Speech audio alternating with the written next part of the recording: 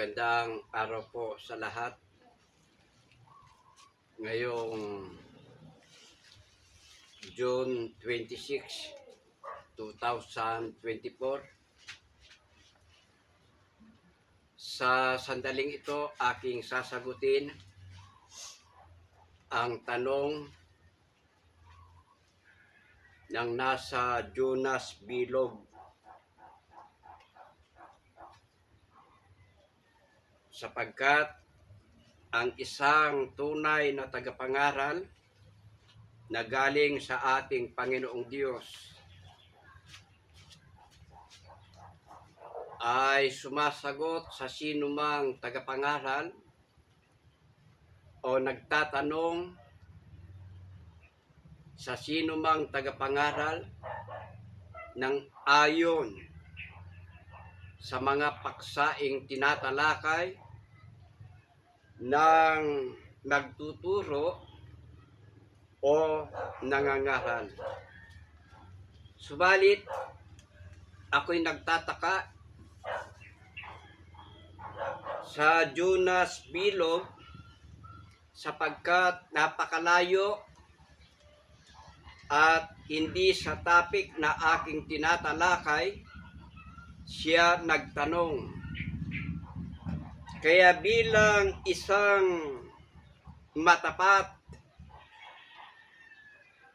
na tagapangaral at bilang isang nagsasalita ng katotohanan, bilang ginagamit ng Panginoong Diyos sa ating kapanahunan, aking sasagutin ang tanong ng Jonas Bilog. Ganito po ang unang tanong, mga giliw po naming katoto, mga kapulido, mga taga-subaybay. Ito po ang unang tanong. Paano ka naging pastor? Ibig sabihin, paano daw ako naging pastor? Ganito po ang sagot sa Hebreo 5:4. Ganito ang pahayag sa atin. Dalangin ko na maunawaan ito ng nagtanong. At sino man ay hindi tumatanggap sa kanyang sarili ng karangalang ito, liban na kung tawagin siya ng Diyos na gaya ni Aaron. Kaya ano ang aking sagot? Tinawag ng Panginoon. Kaya hindi sa ganang sarili, hindi nagkusa, kundi ang Panginoon ang siyang tumawag.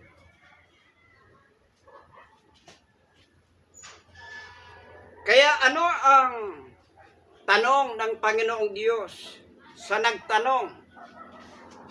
Sa Jonas Bilog, pakinggan po natin ang pahayag sa Roma 9:20. Ganito ang pahayag sa atin. Ngunit, o tao, sino kang tumututol sa Diyos? Sasabihin baga ng bagay na ginawa doon sa gumawa sa Kanya? Bakit mo ako ginawang ganito? Ano ang tanong ng Panginoon sa nagtanong o kay Jonas Bilog? Ang pahayag, ang tanong ng Panginoon, o tao, sino kang tumututol sa Diyos? Tutol ka ba sa Panginoon? Tuloy natin sa 21. O wala bagang kapangyarihan sa putik ang magpapalayo upang gawin sa isa lamang limpak ang isang sisidlan sa ikapupuri at ang isa sa ikahihiya? Kaya mga giliw po namin katoto, mga taga-subaybay, mga kapulido, maaaring nakukulangan sa pagkaunawa ang nagtanong. Bakit ko nasabi nakukulangan sa pagkaunawa? Sapagkat nagiging bago kung ano ang kahalagahan ng tawag ng ating Panginoong Diyos. Ganito ang pangalawa pa niyang tanong. Na-dismiss ka sa Bible School dahil sa pagiging dishonest. Maaaring ang nasa isip nito dahil sa umalis ako sa Bible School. Kaya ang sabi, dishonest. Kaya pakinggan po natin ang pahayag ng Panginoon. Ano ang utos? Kung ang mga nakakasama mo sa Bible School ay nakukulangan sa pagkaunawa sa salita ng Panginoon, pakinggan po natin ang Apokalipsis 10:4. Makatwiran lang ba na aalis ka sa Bible School o sa sekta o sa denomination na kinabibilangan mo kung sila ay nagkakamali? Pakinggan po natin ang pahayag sa 10:4 ng Apokalipsis.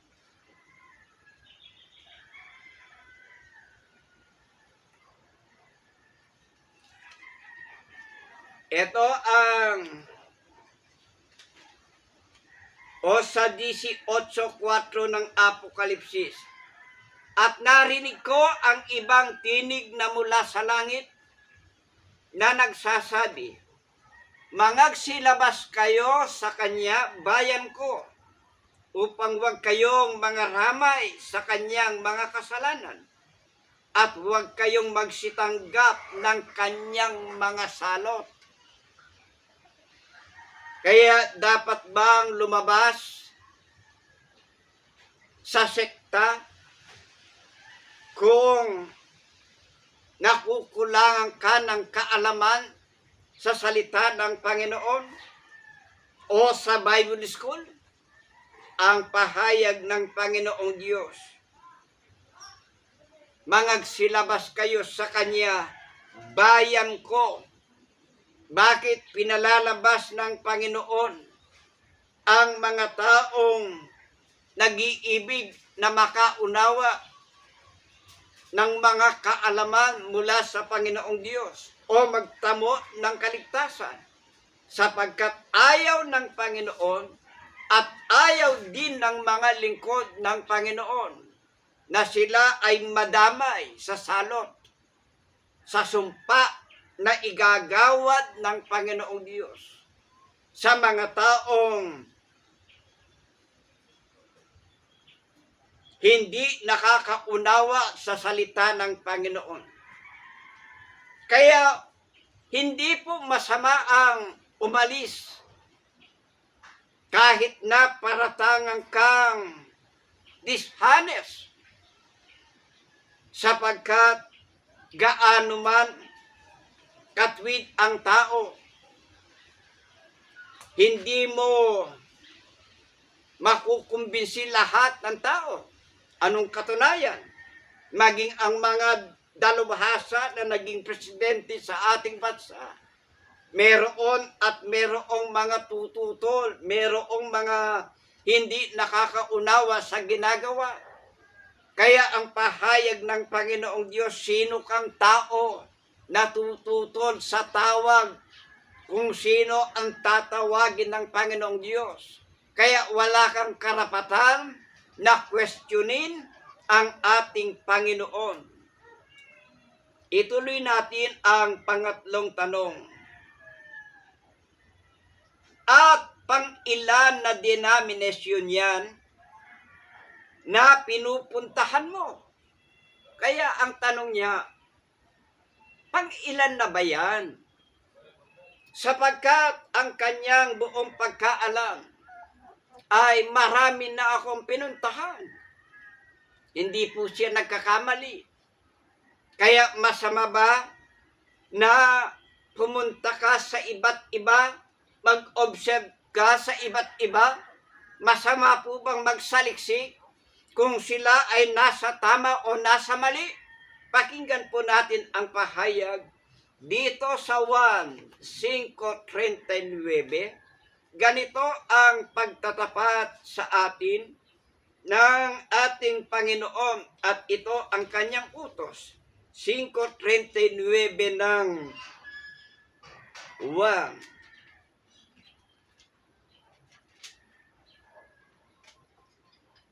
Saliksikin ninyo ang mga kasulatan sapagkat iniisip ninyo na sa mga yaon ay mayroong kayong buhay na walang hanggan. At ang mga ito'y siyang nangagpapatotoo tungkol sa akin.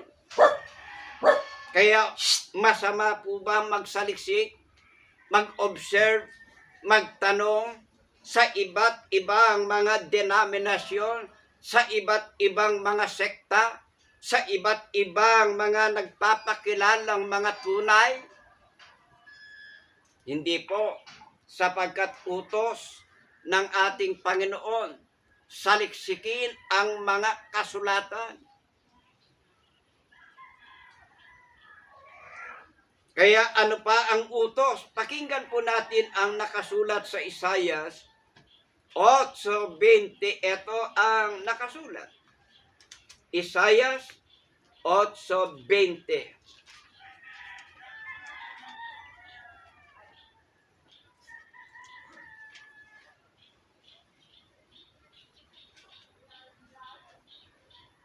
Sa kautusan at sa patotoo, kung hindi sila magsalita ng ayon sa salitang ito, tunay na walang umaga sa kanila. Ano pa ang katunayan? Na talagang pinasasaliksik ng Panginoon ang mga banal na kasulatan, ang kanyang mga salita, hindi lamang ang mga banal na kasulatan, maging ang mga gumagamit o ang mga nangangaral o ang mga nagtuturo, maging ito man ay nasa mga Bible school.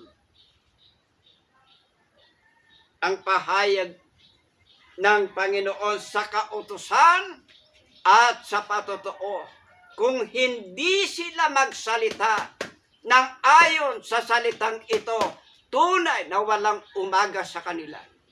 Ibig sabihin, walang katotohanan. Kaya ang pahayag ng Panginoon, lumabas ka, bayan ko, upang huwag kang maramay sa kanyang mga salot. Ano ang katunayan? Na ang kinabibilangan ng nagtanong ay bagsak sa kautusan. Sa tanong pa lang, paano ka naging pastor? Ibig sabihin, nakukulangan sa pagkaunawa sa salita ng Panginoon.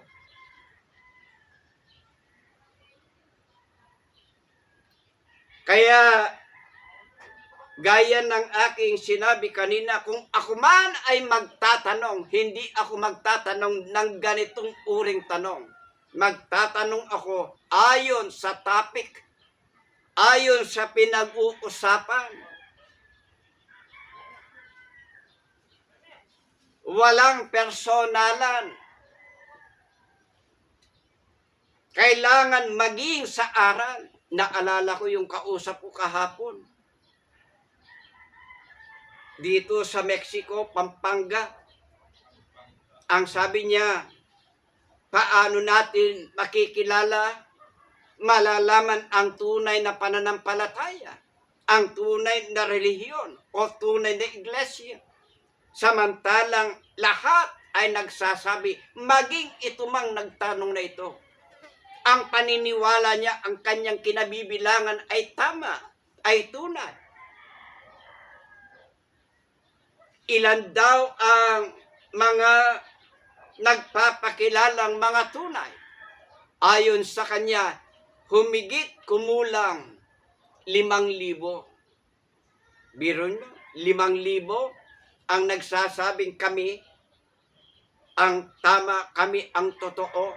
Kaya ang sagot ko po sa kanya, at ito ang tanong ko sa nagtanong, kung tunay na iglesia ang iyong kinabibilangan, kailan itinayo ng Panginoon ang iglesia? At patutunayan ko, hindi sa araw ng Pentecost na itayo ang iglesia. Kaya sabi ko doon sa kausap ko kahapon, kung ikaw ay kabilang sa tunay na iglesia, sapagkat ang iglesia binabanggit ng banal na kasulatan, bahay ng Panginoon. Kung ikaw ay nakatira sa isang bahay, alam mo ang kasulok-sulukan nito. Ngayon, kung ang isasagot mo sa aking tanong, sa araw ng Pentecost, naitayo ang iglesia, kung ang sino mang tagapangaral ay nagsasabing sa araw ng Pentecost, naitayo ang iglesia, masasabi kong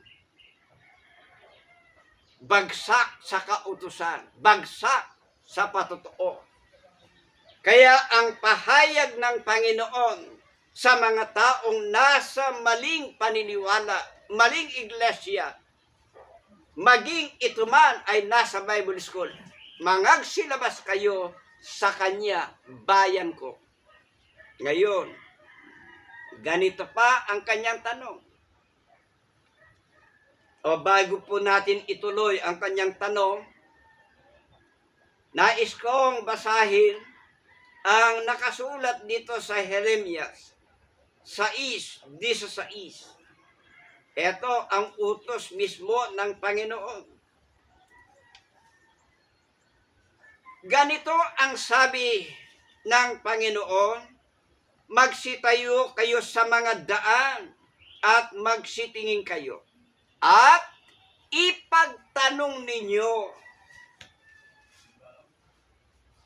ang mga dating landas kung saan nandoon ang mabuting daan at magsilakad kayo roon at kayo makakasumpong ng kapahingahan ng inyong mga kaluluwa.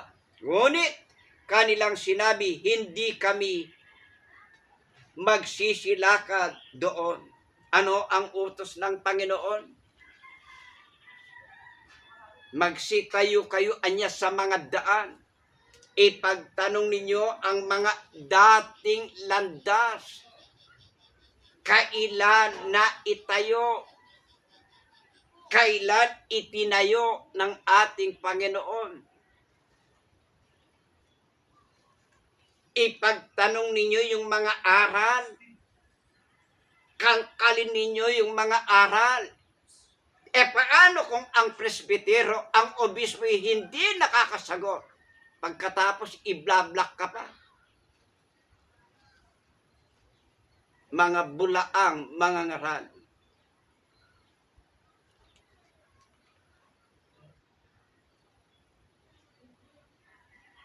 Kaya, kung tama yung Islam, bakit hindi ka pupunta doon? Kung tama ang Budista, bakit hindi ka pupunta doon? Kaya ang katwiran ko kung saan yung tama.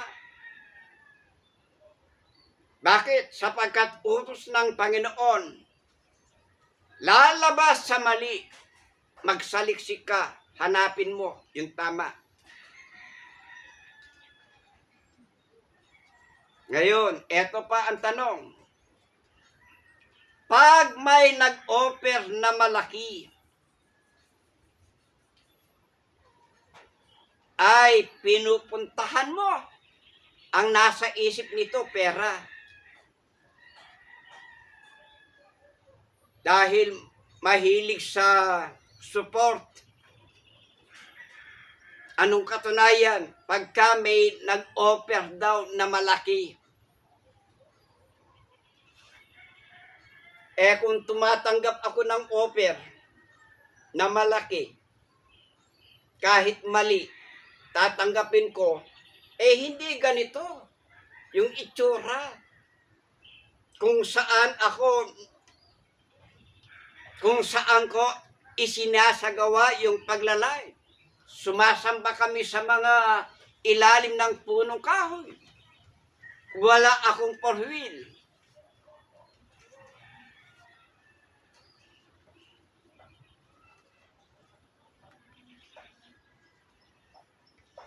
Laging saluyot ang ulam.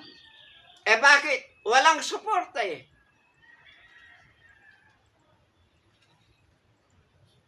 Pwede ako sa bagoong, lagyan mo ng kalamansi.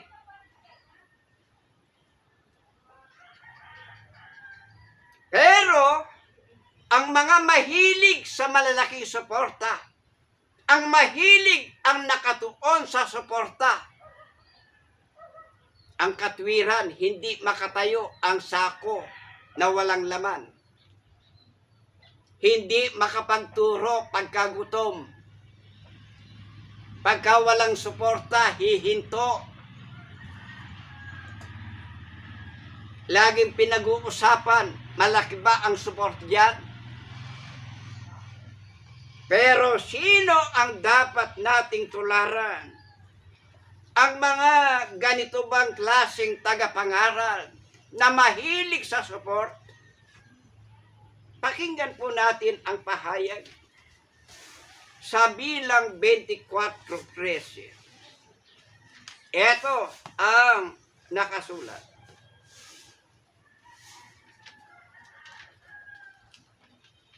Kung may mag-offer, kung tama naman ang aral, bago ako sasama, magsasaliksik. Magdi-discussion kami. Yung mga ayaw humarap sa discussion, sa debate, tunay bang tagapangaral mga yan?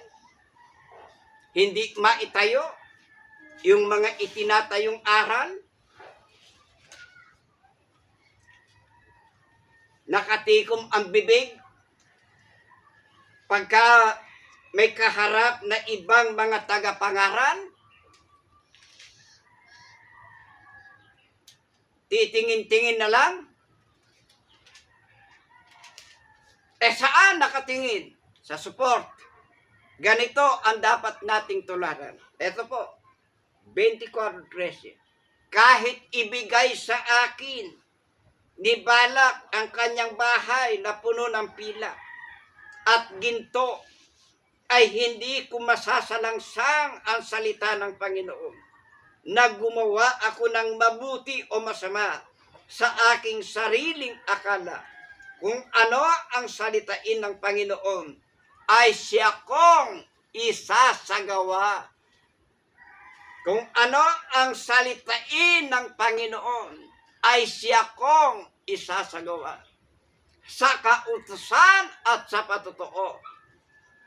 Kung hindi sila magsalita ng ayon sa salitang ito, tunay na walang umaga sa kanila.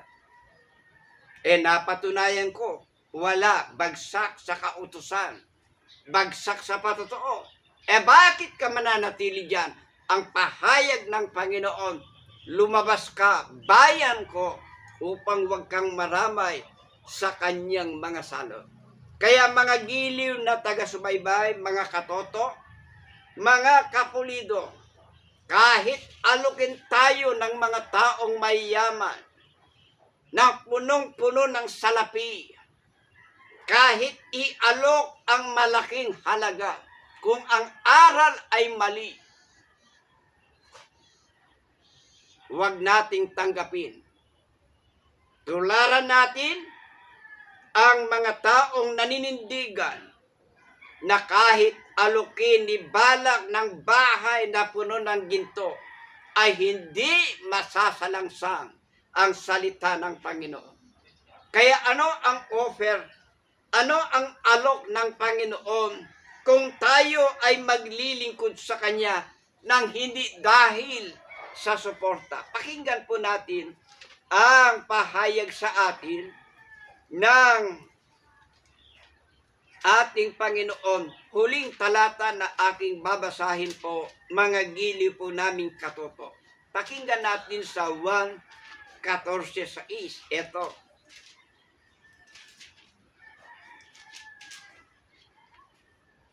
Ako, 14:6. Sinabi sa kanya ni Jesus, ako ang daan at ang katotohanan at ang buhay. Ay sino man ay di makaparoroon sa Ama, kundi sa pamamagitan ko. Sabi po ng ating Panginoon, siya yung daan, siya yung katotohanan at ang buhay. Sa makatwid, ito ang nasain natin yung buhay. Mahalaga yung buhay. Aling buhay ito? Ito yung buhay na walang hanggan. Kaya hanggang sa muli, at hinihiling ko po, tayo po ay i-share po natin ito. At kung kayo ay merong mga tanong, mga komento, huwag po tayong mag-atubili, mag-comment po tayo. At hinihiling ko, request ko po sa lahat, mag-subscribe po tayo. Sa Diyos po ang lahat ng kapurihan. Maraming salamat po.